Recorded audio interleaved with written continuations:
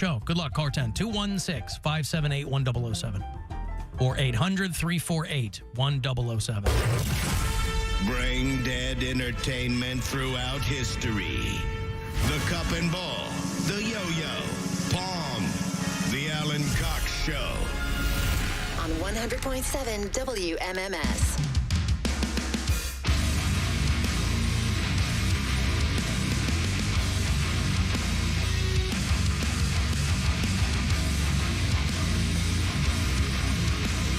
$35192. You want to send a text? AlanCoxShow.com, where you watch live. Is tomorrow going to be, we're doing Perez Bilton tomorrow? Yeah.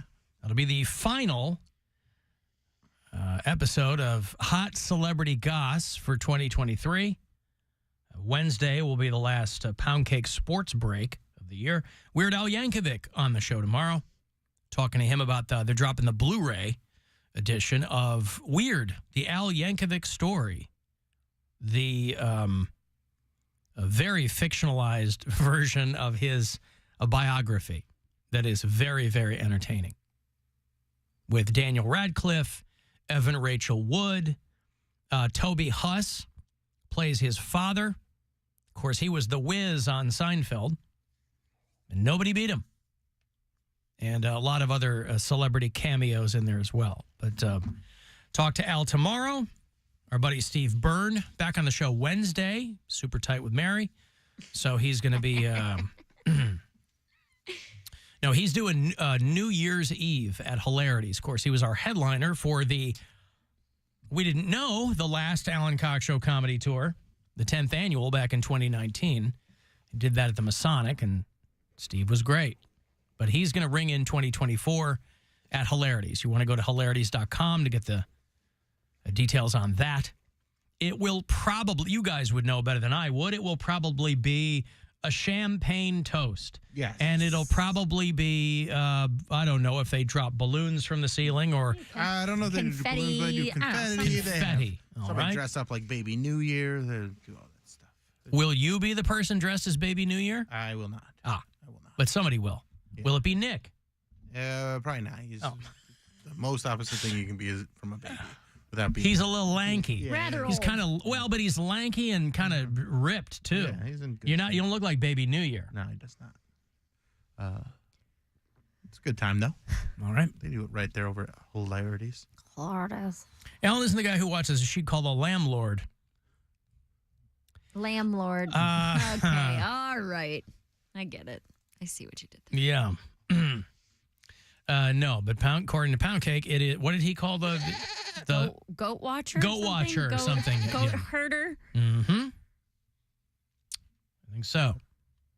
You listen to us on iHeartRadio. Of course, you're going to hear that Cavs game tonight, 7 o'clock. They're going to be in Orlando to play the Magic, but you can listen all throughout North America on the app. Deanna listens in Birmingham, Michigan, outside Detroit. Eddie is in West Lynn, Oregon. Mike is in Greenville, South Carolina. Matt listens in Cedar Park, Texas. And Ty is a new listener in Bardstown, Kentucky. I don't know where that is, but I'll take his word for it. A lot of these places where people listen are outside of major cities because, they want to listen to the show. Obviously, we're not on in those cities.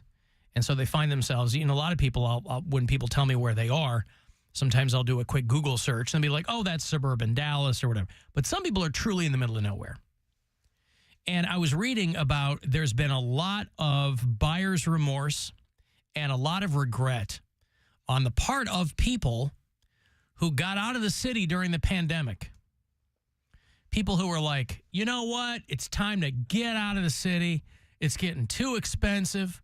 I want to clear my head. I can't imagine they would regret that. Why would they regret that? Because cities are awesome. When you're living in a rural place, it is a pain in the ass. When you are used to being able to run to the store 2 minutes away, everything's even 10 around minutes you. away. Yeah. But when you live in a place where it is 30 minutes to anything, it is so, like, you have to plan your life completely different. Yeah, just going anywhere. You're like, Wednesday, I'm going to the grocery store. Yeah, but there's a happy medium to that. It doesn't have to necessarily be out in the country. You could, like... But these are people that went to This is where those people went. Okay, I'm just saying, like... There was a guy who left New York.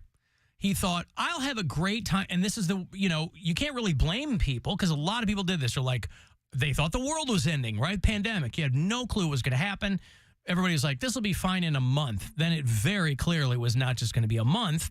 So this guy's like, I left New York City. I've moved to my friend's farm. And I swore I'd never come back to the city.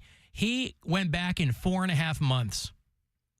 Now, I don't know why you don't see these things coming, because it'd be one thing if these people had complaints that there's no way you could know. But it's the complaints people have. They're like, it's not very diverse. Yeah. Oh, it's not? You couldn't see that one coming? The guy's out on a farm, and he goes, I was the only Jew there. I miss my community. Oh, you couldn't see that one coming? You've never seen the maps that the Republicans use where it's all red? I mean, I will, even if I know when I'm taking a trip, we go to Michigan all the time. I know how to get places, but I will always put the destination in my Google Maps because it'll give you a quicker way. That way you can avoid construction or traffic or whatever. And so when I was going to my daughter's show at Michigan State on Saturday, I was leaving from my stepfather's house, which is only an hour away. But it was taking me on these back roads because that was quicker. It was going to be, Stepfather. Did I say stepfather? You did. Sorry. Your mom remarried already? No. Wow, she moves Sorry. quick, man. Exciting. My brain's not working today. I apologize. You got a little Same. stepdaddy? Is it My father-in-law. Oh. I'm burying the What lead. you're saying is your mom is still available. Yeah, she is Poundcake. Not for you. Well, I'm just saying. You better not have any designs on my sainted mother. Anyway, it was taking me on all these back roads. And since it was afternoon, it was pitch black. And because there was a lot of construction on 23 or whatever, so it was actually quicker. And you're going through, these aren't even small towns. It's people who live in the middle of nowhere. And I'm like, oh my God. Like, some people love that. Maybe they grew up there, whatever. But to your point, Bill, when you have to plan to go anywhere. Like, it's a whole day. Yeah. It's a day. To go into town. Like, the closest Meijer is like 45 minutes away, Yeah. And then you got to get everything you need because if you ain't run going out of back. something, Yep. there's no one's delivering you pizza. You can't just run out and get like, I want to get a burger real quick or whatever it is. It's so annoying. DoorDash ain't coming out to you. Mm-hmm. So they said millennials in particular, which again isn't a shock. I mean, those are the people who are kind of still, they're in their careers. They're not still really building a career. They might have a bit of money, but they're the ones that they say particularly regret leaving big cities because that was a group that was leaving cities at a faster rate. People were leaving LA and they were leaving Chicago and they were leaving and they were going into much less densely populated areas because it sounds great. I was watching an Office rerun over the weekend, the one where Jim and Pam's daughter is being baptized. Mm-hmm. And Michael gets on a bus with these kids going to Mexico because he thinks here's this community of people who are treating each other great, and he just kind of has this like existential moment of crisis. He got swept up and gets on the bus, and then he starts thinking about what he's going to do. It's him and Andy at Helms Goes Too. And they're like, we got to get off this friggin' bus. You have to imagine that's what these people thought at some point. 38-year-old guy they talked to in this article left Toronto for a quiet town about 300 miles east. So he's still in Canada. And he's like, look at this house I bought with a huge yard. I had a tiny studio in Toronto, so you understand the thought process. But these are people who have I've never lived in a rural area. But my extended family, they're rural people. So when I was a kid and we'd visit occasionally, I'd be like, I don't ever want to live like this. Ever. But I always also forget how many people are not well traveled in America. Like, I have a girlfriend when we You've went never left the state. Well, I have a girlfriend who's traveled over the world more than she's traveled over America. She's like never been in New York City. When we went to Philly, that was like the biggest city she had ever been to, was Philly. Yeah. And she was like shocked when people were peeing on the street. Like, it was a culture shock for her to go to Philly.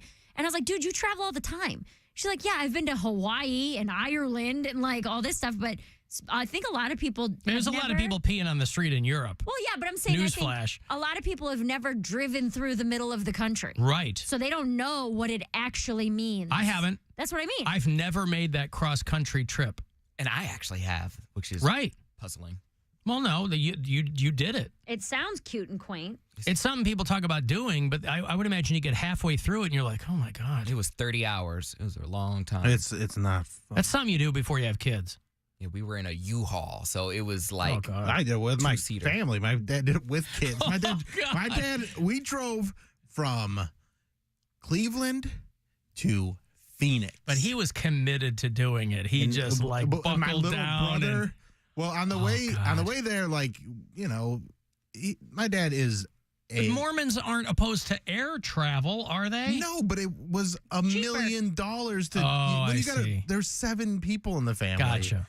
And everyone's got to be fed. Everyone has different appetites and has to use the bathroom. Just Right, to and then- 7 plane tickets. But 7 was it- plane tickets, and then you get there, and then you got to drive around there. Rent a so you got car, to get rent a a car. hotel. So he's like, "We'll just drive," and we would drive for 12 hours each day, and then take a nap. But it was fun because I remember we stopped in Amarillo, Texas, at the Big Texan. Right. Like, I remember that, and that was cool. And then So We did probably he took did the he same route, Bill. did he pitch it? Did he pitch it as, well, this is just the way we have to do it, or did he pitch it like, no, this will be great. We'll be together. It'll be fun. And there was no pitching it. He's like, get in the car. well, that's what I We're mean. What's going. happening? Yeah. This is Screw what right. you.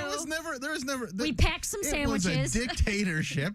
No, not getting your opinions. I mean, but did he at least say, this is what we're doing, but it will be fun? Or was he just like, this is going to suck? He never once in my, like, I love my dad, but he never was like, this will be fun. Oh, okay. He just like, get in, we're going to, and we got out of school, so we didn't care. We're like, I'm not in school. This is the best time ever.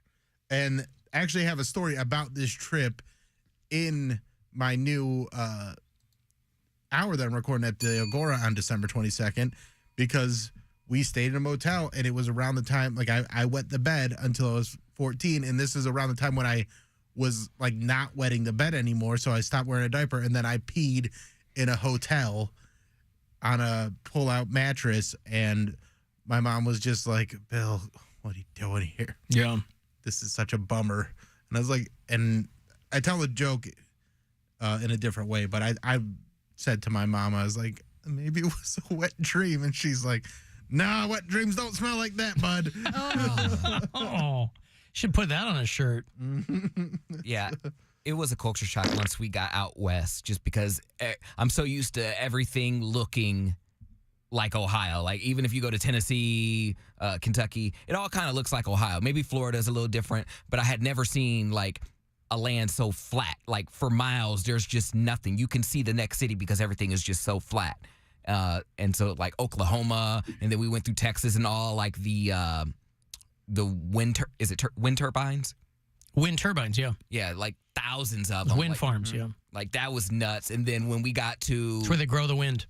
we drove through New Mexico, and I'm like, oh my gosh, Red Rock Mountains, like, this is crazy. And my friend's like, she's from Arizona, or she's from Cali. She's like, yes, we have cactus out here. We have Red Rock Mountains. I'm like, but I've never seen it before. Like, it's just like exciting. It's like people who've never seen snow. I was like, these cliffs. We stopped. We drove down Route 66, and then we stopped at like a Sonic out there on Route 66. And I had to get out and take a picture. I was like, wow, we're getting Sonic on Route 66. She's like, yes.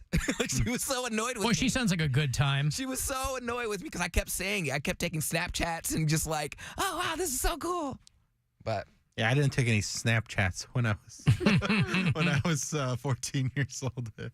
There wasn't. No, I wish that more people had the opportunity to do that, because I think there's so many things you can learn traveling the country and talking to different, But again, I've never lived in a rural area, nor would I want to. There's no reason to. I'm like, the smallest place I've ever lived is Kalamazoo, Michigan, and that's still That's a city. a city. Like, there's a college there. They have Buca de Beppo or whatever you're looking for. It's not, you're not in the middle of nowhere. Like when we would visit my grandmother, in Oregon, Illinois, they have like a McDonald's and a grocery store, like an old IGA.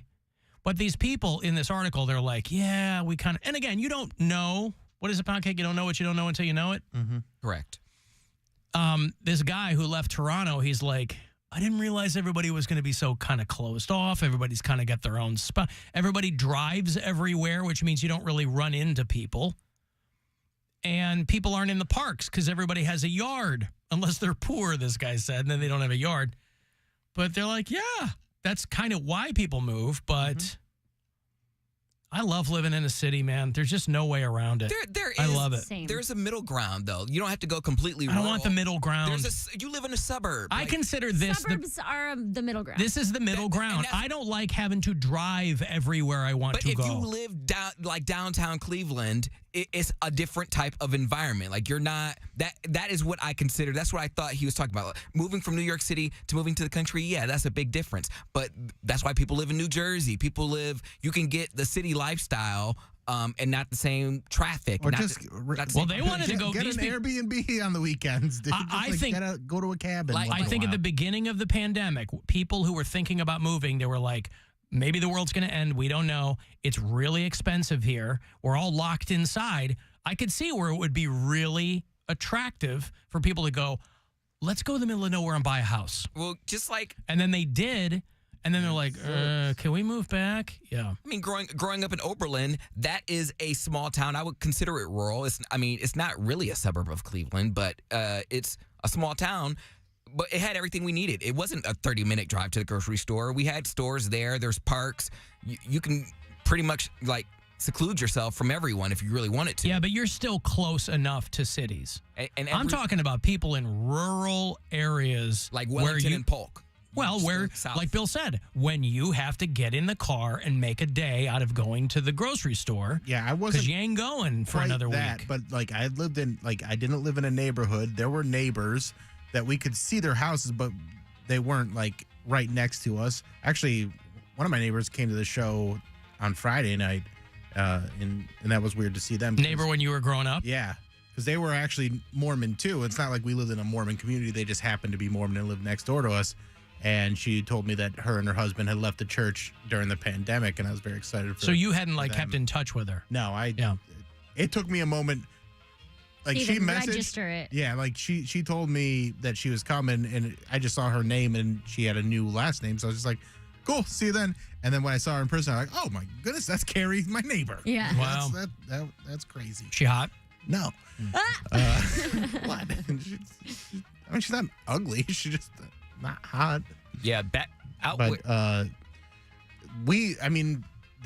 was the only kids that I grew up with that I could play with, because there weren't, it sucks being isolated like that. Mm-hmm. I couldn't get a bunch of kids together and play pickup basketball or kickball. Did you guys Yeah. lock your doors and stuff as kids? Yes, because my parents are paranoid. But But also, what's the reason to not lock your doors? I know a bunch of people that do not lock. I know. lock their Where doors. I too, and live, it makes people me do nuts. that. I'm like, Yeah. what are you talking about? Well, people who live out in the middle of the country, they're like, if someone comes in here, they essentially have earned whatever they're People still stealing. have shotguns. Well, yeah. The people who live way out in the middle of nowhere, they still have guns. So why not just lock your doors? They don't lock their cars. They don't That lock their guy- tractors. Nothing. I always want my doors locked. There was that guy when I was driving through the middle of nowhere, Michigan, where you'll just be on a one each way, 2-lane highway, and then you come into some houses. And I took a picture of that guy's house who had all those Trump signs, and he came out on his porch with his shotgun. Those are the people I imagine don't lock their doors, where they're like, I friggin' dare you. They want somebody dare you." coming in. Right. Yep. Please come trespass. Give me a reason to stand my ground. Yeah. Courtney, who checks in with the show occasionally, she lives out in Diamond, Ohio, which is middle of nowhere between Akron and Lordstown. And she said, I'm moving to the suburbs from the bum-ass country. I'm going to live 10 minutes from a Target. Hell yeah. It's going to be awesome. I got a break. Want to send a text? 35192.